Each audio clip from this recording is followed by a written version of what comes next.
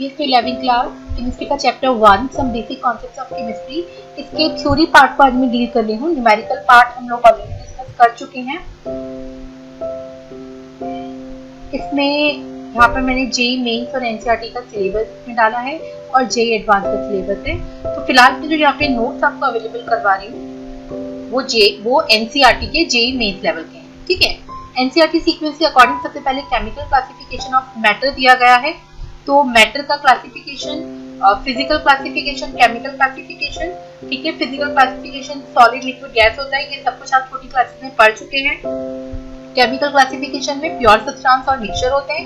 Pure substances दो तरह के हो गए, एलिमेंट्स और कंपाउंड्स हो गए। Element further metal, non metal, metalloid होते हैं। मिक्सचर्स भी दो टाइप के होते हैं, homogeneous mixture and heterogeneous mixture. Homogeneous जिसमें यूनिफॉर्म कॉम्पोजिशन होता है और हेटेरोजेनियस यानी नॉन यूनिफॉर्म कॉम्पोजिशन है। ठीक है, अच्छा, फिर एनसीईआरटी में कुछ फिजिकल क्वांटिटीज गिवन है और ये इनके ऐसा यूनिट गिवन है।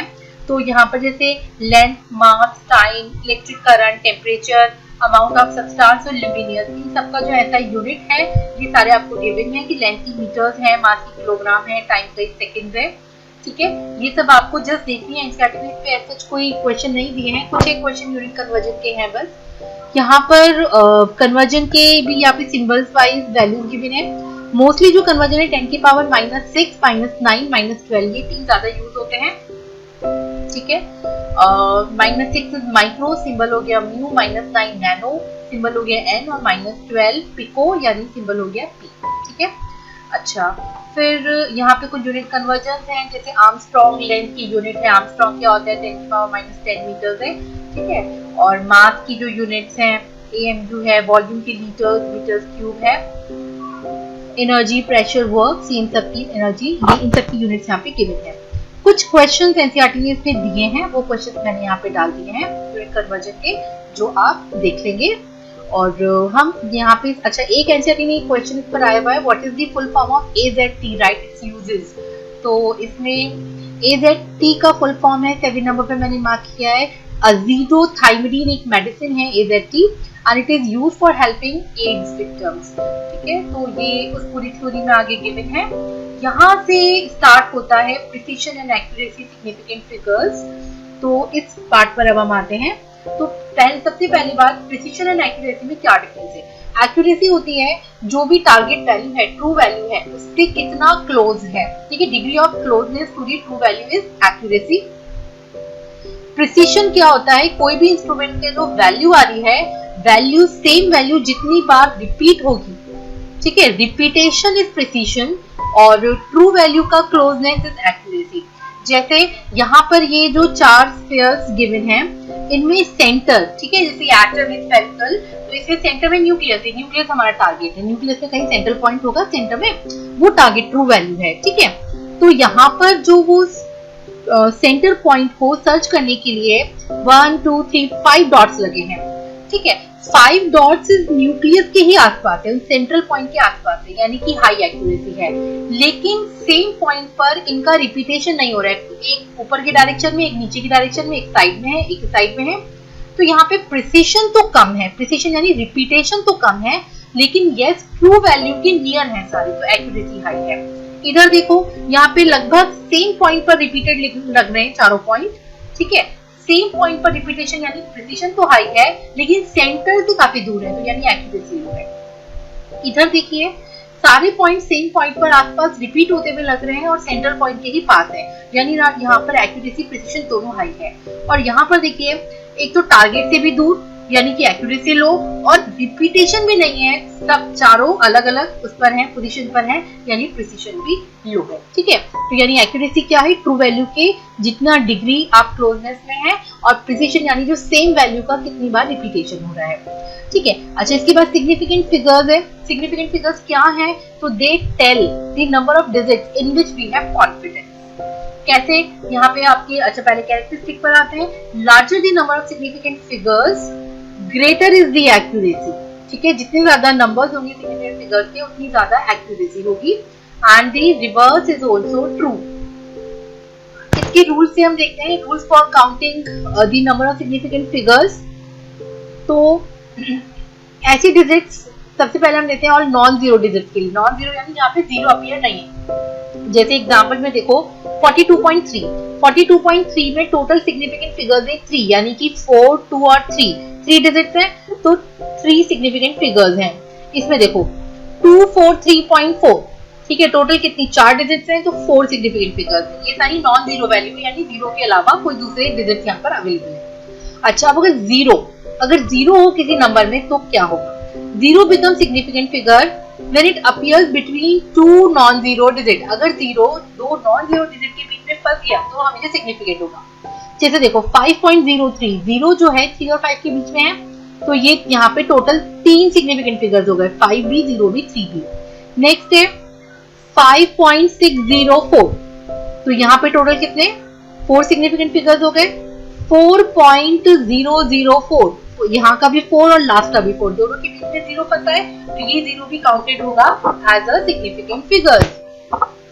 अच्छा, अब लीडिंग जीरो मतलब अगर किसी भी डिजिट की स्टार्टिंग में जीरोस हैं तो क्या होगा? तो दे आर नेवर सिग्निफिकेंट, तो अब ये जीरो सिग्निफिकेंट फिगर्स में काउंट नहीं होंगे। जैसे देखो 0.543, तो जीरो नहीं काउंट होगा, 543 काउंट होगा, तो यहाँ पे टोटल 3 सिग्निफिकेंट फिगर्स हैं। या आपको दे दिया 0.045, तो 4 से पहले है जीरो यानी कि लीडिंग जीरो है, तो ये जीरो काउंट नहीं होंगे। 4 और 5 यानी टोटल 2 सिग्निफिकेंट फिगर्स यहाँ पर अवेलेबल है। अच्छा, 0.006, तीनों जीरो ही स्टार्टिंग में है, लीडिंग है, तो they are not counted significant figures, only 1 significant figure है यहाँ पर 6, ठीक है, it has only 1 significant figure. अच्छा, अब ट्रेलिंग जीरो यानी अगर जो लास्ट में है, ठीक है, तो for the number greater than 1 without any decimal the trailing zeros are not significant, ठीक है। कोई भी नंबर जो 1 से बड़ा है उनमें अगर डेसिमल पॉइंट नहीं है, जैसे देखो 100, ठीक है, 100, तो 100 के ये जो जीरोस हैं ये काउंट नहीं होंगे, खाली 1 काउंट होगा, यानी कि यहाँ पे एक ही सिग्निफिकेंट फिगर है, ठीक है। लेकिन अगर डेसिमल पॉइंट है, ठीक है, लेकिन अगर डेसिमल पॉइंट है तो ट्रेलिंग जीरो सिग्निफिकेंट हो जाते हैं। जैसे यहाँ पे है 4.330, ठीक है, तो अब ये zero as a significant figure count होगा। टोटल यहाँ पे कितने 4 सिग्निफिकेंट फिगर्स हो जाएंगे। 433.00, ये दोनों जीरोस भी सिग्निफिकेंट है, और there are total 5 significant figures. 343.000, ये सारे जीरोस काउंट होंगे 6 सिग्निफिकेंट फिगर्स, ठीक है। यहाँ पर देखो लीडिंग जीरोस है 3, ये तो नहीं काउंट होंगे, इसके बाद के काउंट कर लो 1 2 3 4 5 6, टोटल 6 सिग्निफिकेंट फिगर्स है। अच्छा, इसमें बताओ 343.000, क्या यहाँ पर कोई डेसिमल पॉइंट है? नहीं है, तो इसका मतलब क्या होगा? वो आगे के 3 जीरो तो काउंट नहीं होंगे, तो 343 यानी टोटल 3 सिग्निफिकेंट फिगर्स यहाँ पर हैं। अच्छा, अब एक्सपोनेंशियल नोटेशन यानी जिसे हम कहते हैं साइंटिफिक नोटेशन, उसका पहले बात तो लिखते कैसे, नीचे एग्जांपल पर आओ। यहाँ पे लिखा है 1.32 इंटू 10 की पावर -2, तो यहाँ पर जो न्यूमेरिकल पोर्शन है, कौन सा पोर्शन है? 1.32, इस रीजन के सिग्निफिकेंट फिगर देखे जाते हैं, तो यहाँ पे टोटल 3 सिग्निफिकेंट फिगर्स हैं। जो 10 की पावर है वो काउंट नहीं होती है सिग्निफिकेंट फिगर्स में। इधर देखिए, ये हो गया 2.462, ठीक है, इंटू 10 की पावर 4, तो इंटू 10 की पावर 4 आप इग्नोर कर दीजिए, तो 2.462 यानी 2462 टोटल 4 सिग्निफिकेंट फिगर्स यहाँ पर हैं। अच्छा, फिर साइंटिफिक नोटेशन क्या होती है? अभी जैसे हमने यहाँ पे जिक्र किया कि साइंटिफिक नोटेशन में आगे के जो वैल्यूज होती हैं, न्यूमेरिकल वैल्यूज, सिग्निफिकेंट फिगर देखे जाते हैं, तो जो इस तरह का पैटर्न ऑफ राइटिंग है इसे साइंटिफिक नोटेशन कहते हैं। तो देखो इसका प्रेजेंटेशन कैसे होगा? n इंटू 10 की पावर n, ये साइंटिफिक नोटेशन है, वेयर 10 की पावर n, जो स्मॉल लेटर n है वो क्या है? वो पॉजिटिव और नेगेटिव वैल्यू कोई भी हो सकती है, और जो कैपिटल लेटर n है it can very between 1 to 10, ये 1 से 10 के बीच में कोई भी हो सकती है, ठीक है। अच्छा, तो जैसे ये है 232.508, तो इसको आप बना दोगे 2.32 इंटू 10 की पावर 2, ठीक है। तो यहाँ पे टोटल सिग्निफिकेंट फिगर 1 2 3 4 5 6 हो जाएंगे, और इस तरह का पैटर्न 10 की पावर 2 तक आ गए, ये साइंटिफिक नोटेशन कहा जाएगा। अच्छा, राउंडिंग ऑफ के रूल्स पर आइए। अब राउंडिंग ऑफ में क्या है, अगर किसी डिजिट के लास्ट में कोई भी नंबर लेस देन 5 है तो preceding digit is left unchange. जैसे 7.8, तो आपको इसको राउंड ऑफ करना है, ठीक है। तो यहाँ पर ये जो लास्ट नंबर है 2, ठीक है, ये 5 से छोटा है ना, तो इस 2 को हटा दीजिए और 8 एज इट इज रखा रह जाएगा, तो 7.8 है, ठीक है। या नेक्स्ट एग्जांपल है 3.94, तो देखिए लास्ट नंबर क्या है, 4 है और 4 5 से छोटा है, तो 5 से छोटा है तो 4 को हटा दीजिए और 3.9 का राउंड ऑफ का आंसर हो जाएगा। लेकिन अगर लास्ट की जो डिजिट है वो ग्रेटर देन 5 है, तब क्या होगा, तब preceding digit is raised bye 1, यानी कि जैसे 6.87 है, ठीक है, तो यहाँ पर आप 7, क्योंकि 5 से बड़ा है तो आप 7 हटाइए और जो 8 बच रहा है उसमें +1 कर दीजिए, तो क्या बन गया, 6.9 बन गया, ठीक है। ऐसे ही यहाँ पे 12.78 है, तो यहाँ पर 8 5 से बड़ा है, 8 को हटा दीजिए और 7 में 1 ऐड कर दीजिए, तो कितना बन गया, 12.8 बन गया, ठीक। अच्छा, लेकिन अगर लास्ट नंबर एग्जैक्ट 5 है तो इस केस में क्या हो जाएगा, preceding number not change if it is an even number और it is increase by 1 if it is an odd number.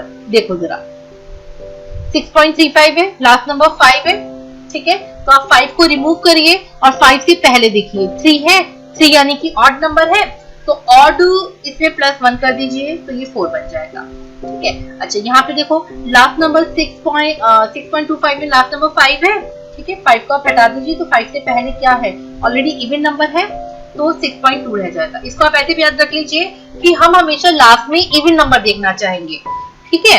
क्या रूल होगा, हम हमेशा लास्ट में इवन नंबर ही देखना चाहेंगे। जैसे 6.35 था, ठीक है, जैसे ये था 6.35 था, आपने 5 हटाया तो और दिख गया, तो इसमें +1 करके और आप इसको 4 कर लीजिए।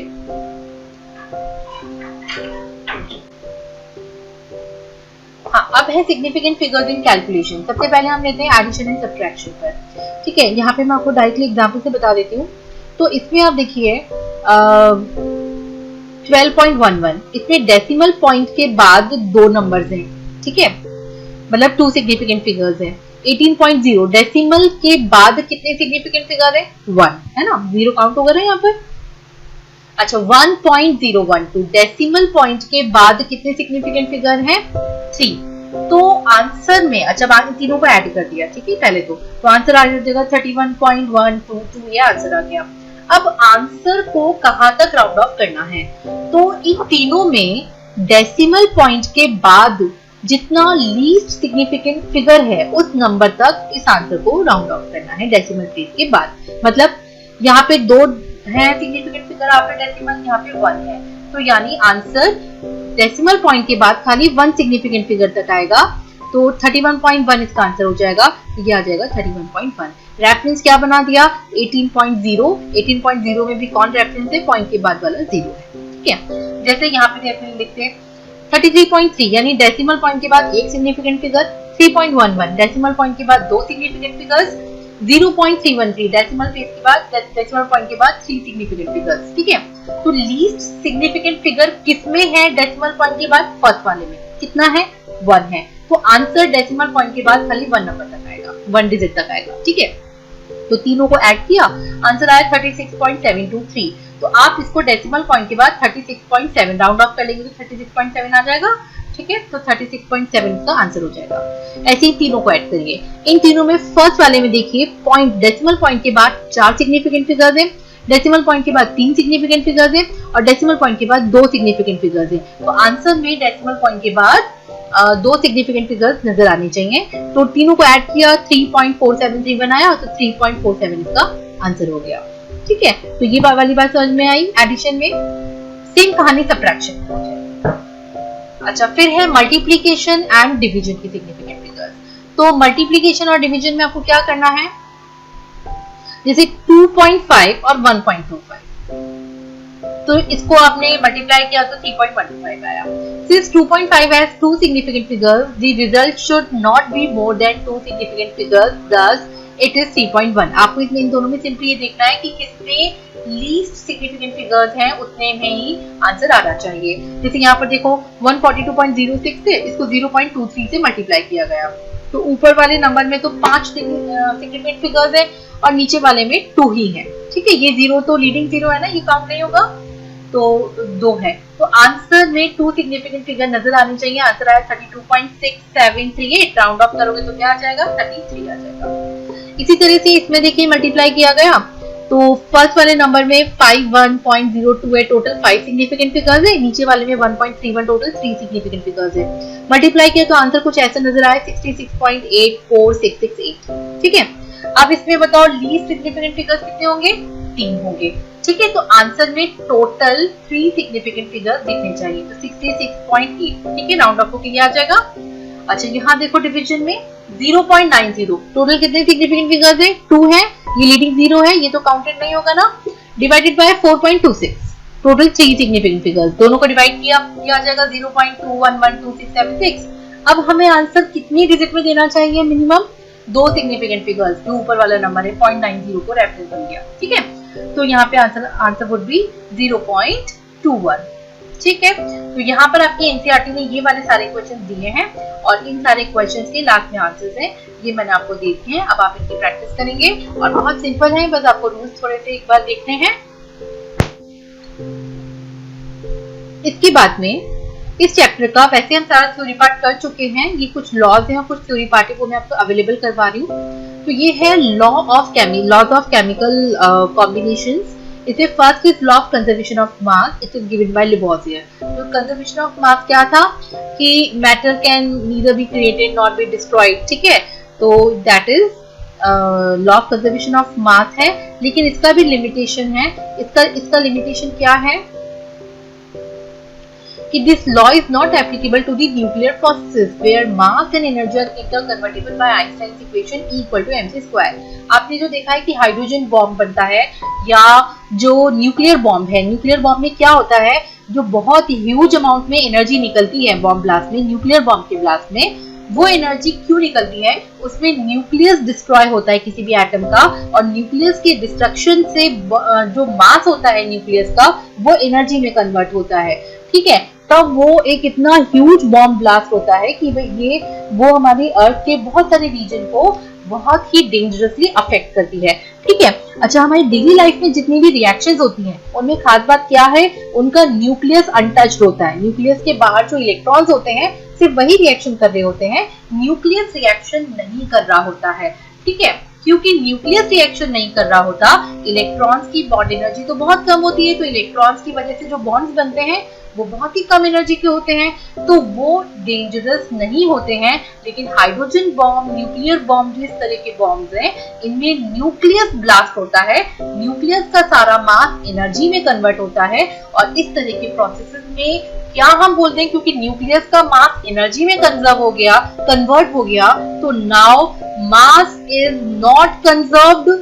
ठीक है, तो इस केस में हमने मास को डिस्ट्रॉय कर दिया और इनसे एनर्जी बना दी। ठीक है, तो यहाँ पर ये जो न्यूक्लियर रिएक्शंस हैं, इन पर लॉ ऑफ कंजर्वेशन ऑफ मास नहीं लगता है। वो कहाँ पर लगता है, वो हमारी डेली लाइफ में होने वाली रिएक्शन तक ही लगता है। फिजिकल केमिकल प्रोसेसेस, मतलब किसी को बॉइल कर दिया, किसी को मेल्ट कर दिया, किसी की रिएक्शन करा दी, इन सब में कंजर्वेशन ऑफ मास लगेगा। लेकिन जो न्यूक्लियर प्रोसेसेस होंगे इनमें भैया कंजर्वेशन ऑफ मास नहीं लगता है। ठीक है, जो हिरोशिमा नागासाकी में जो हुआ ये था, इसका जो भी डिस्ट्रक्शन इफेक्ट था कि एक न्यूक्लियस के ब्लास्ट से कितना हैवी अमाउंट ऑफ एनर्जी निकली और कितना उन्होंने चीजों को डिस्ट्रॉय किया। ठीक है, कितनी लाइफ को अफेक्ट किया। ठीक है, तो इन न्यूक्लियर प्रोसेसेस पर कंजर्वेशन ऑफ मास नहीं लगेगा, वहां पे आइंस्टाइन की इक्वेशन E = mc² अप्लाई होगी, मतलब कुछ मास एनर्जी में कन्वर्ट हो गया। ठीक है, तो अब नेक्स्ट आते हैं लॉ ऑफ कांस्टेंट कॉम्पोजिशन और डेफिनेट प्रोपोर्शन। ये प्राउस्ट नाम के साइंटिस्ट ने दिया था और इन्होंने बड़ी सिंपल सी दिखने वाली बात बोली कि the composition of compound always remain fixed and is independent of source from which it is obtained। देखो भाई, ऐसा है कि CO2, ठीक है, कार्बन डाइऑक्साइड है ना, कार्बन डाइऑक्साइड गैस आपको कहा गया, इसका फॉर्मूला क्या होता है, आप बोलेंगे CO2। ठीक है, अब एक साइंटिस्ट ने कहा ठीक है मैं चेक करता हूँ, कार्बन डाइऑक्साइड CO2 ही है। तो एक बार उसने एक सैंपल इंडिया से लिया, दूसरी बार कार्बन डाइऑक्साइड का सैंपल चाइना से लिया, तीसरी बार उसने अमेरिका से लिया, चौथी बार उसने एंटार्क्टिका से लिया। तो और पांचवी बार उसने अगर उसे मिला तो इस अर्थ के बाहर यूनिवर्स के किसी प्लैनेट से लिया। ठीक है, हर जगह पर CO2 का फॉर्मूला उसे CO2 ही, मतलब कार्बन डाइऑक्साइड का फॉर्मूला उसे CO2 ही मिला। तो उसने क्या कहा कि एक कार्बन 2 ऑक्सीजन के साथ जुड़ेगा तभी CO2 बनेगा। एक कार्बन मतलब 12 ग्राम, 2 ऑक्सीजन यानी कि 32 ग्राम। तो एक कार्बन यानी 12 ग्राम जब 32 ग्राम ऑक्सीजन के साथ जुड़ेगा तो हमेशा CO2 ही बनेगा। यानी CO2 का कॉम्पोजिशन हमेशा के लिए फिक्स्ड है, कांस्टेंट है, डेफिनेट प्रोपोर्शन है मास का। ठीक है, तो यही लॉ ऑफ कांस्टेंट कॉम्पोजिशन है कि किसी भी चीज को, अगर कार्बन डाइऑक्साइड को आप रिएक्शन ए से बना रहे हैं, मतलब कैल्शियम कार्बोनेट को गर्म करके कार्बन डाइऑक्साइड बना रहे हैं, तो भी CO2 नाम का ही फॉर्मूला बनेगा। आप कार्बन को जला करके कार्बन ऑक्सीजन को मिला करके CO2 बना रहे हैं तो भी फॉर्मूला CO2 बनेगा। ठीक है, तो यानी हर कंपाउंड का कॉम्पोजिशन हमेशा के लिए फिक्स होता है और इस कॉम्पोजिशन को इस बात से कोई मतलब नहीं होता कि उसका सोर्स कहां पर है, वो किस रिएक्शन से बना या वो किस कंट्री से, किस प्लैनेट से उसका सैंपल लिया गया, उसका फॉर्मूला हमेशा सेम ही रहेगा, कांस्टेंट रहेगा। ठीक है, बट इसका लिमिटेशन यहाँ पे क्या दिखा गया, This law cannot be applied to the compounds obtained by using different isotopes of the elements selectively। तो ऐसा है कि भाई ये कंपाउंड बाकी सब तो ठीक है, लेकिन अगर आपने आइसोटोप भी बदल दिया, हाइड्रोजन है, ठीक है, हाइड्रोजन के 3 आइसोटोप्स होते हैं, प्रोटियम, ड्यूटेरियम, ट्राइटियम। आपने पानी का सैंपल लिया कहीं से, तो आपने लिया H2O, किसी ने उस पानी में से हाइड्रोजन की जगह ड्यूटेरियम डाल दिया, तो अब तो फॉर्मूला D2O बन गया। ठीक है, ड्यूटेरियम का मास 2 होता है, हाइड्रोजन का मास 1 होता है, तो यहाँ पर तो कॉम्पोजिशन बदल गया। तो ये कहानी सेम एलिमेंट के उसी आइसोटोप पर अप्लाई होती है। अगर हमने डिफरेंट आइसोटोप ले लिया उसी एलिमेंट का, तब ये कहानी बिगड़ जाती है। ये इसका लिमिटेशन हुआ। उसके बाद आते हैं next, law of multiple proportion. Dalton का था, ये एक ऑब्जर्वेशन था कि, मतलब ऑब्जर्वेशन आई मीन ये एक नजरिया था कि इस नजरिए से भी आप कंपाउंड्स को चेक कर सकते हो। तो इन्होंने कैसे देखा, इन्होंने कहा कि भाई जब हम कार्बन को ऑक्सीजन के साथ मिलाएंगे तो हमें 2 पॉसिबिलिटी मिलती है, कार्बन मोनोऑक्साइड भी बन सकता है और कार्बन डाइऑक्साइड भी बन सकता है। ठीक है, तो जब भी कार्बन और ऑक्सीजन मिलेगा तो 2 तरह की संभावनाएं नेचर में, 2 चीजें बनेगी, CO या CO2। अब अगर CO बना तो गौर करिए, एक कार्बन के साथ एक ऑक्सीजन जुड़ा, और अगर CO2 बना तो एक कार्बन के साथ 2 ऑक्सीजन जुड़े। ठीक है, कार्बन कितना है 12 ग्राम, ऑक्सीजन कितना 16 ग्राम। कार्बन यहाँ कितना 12 ग्राम, ऑक्सीजन कितना 32 ग्राम। तो इन्होंने क्या कहा कि भाई एक कार्बन के साथ एक बार एक ऑक्सीजन जुड़ रहा है और एक बार 2 ऑक्सीजन जुड़ रहा है, तो ये बताओ ऑक्सीजन का रेशो कितना, जुड़ने वाले ऑक्सीजन का रेशो कितना। तो आप बोलेंगे ऑक्सीजन का रेशो 1:2 है। हमने कहा कि नहीं हमें एटम का रेशो मत बताओ, मास का रेशो बताओ। तो आप बोलेंगे कि भाई एक बार 16 ग्राम ऑक्सीजन जुड़ा ये वाला, और एक बार 32 ग्राम ऑक्सीजन जुड़ा, तो इनका रेशो बताओ, ग्राम का, वेट का रेशो बताओ। तो 16 + 32, तो ये 1:2 का रेशो आ गया। तो यानी जो एटम्स का रेशो है वही इनके मासेस का भी रेशो है।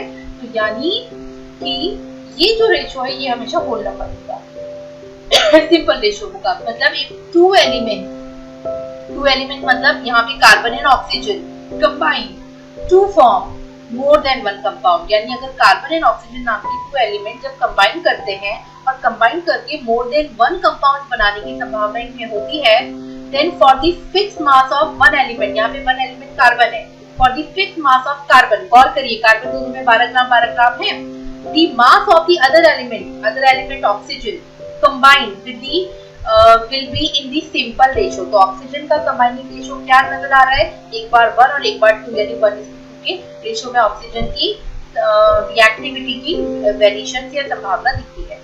ठीक है, तो ये लॉ ऑफ मल्टीपल प्रोपोर्शन है कि ऑक्सीजन मल्टीपल प्रोपोर्शन में यहाँ पे कंबाइन कर सकता है।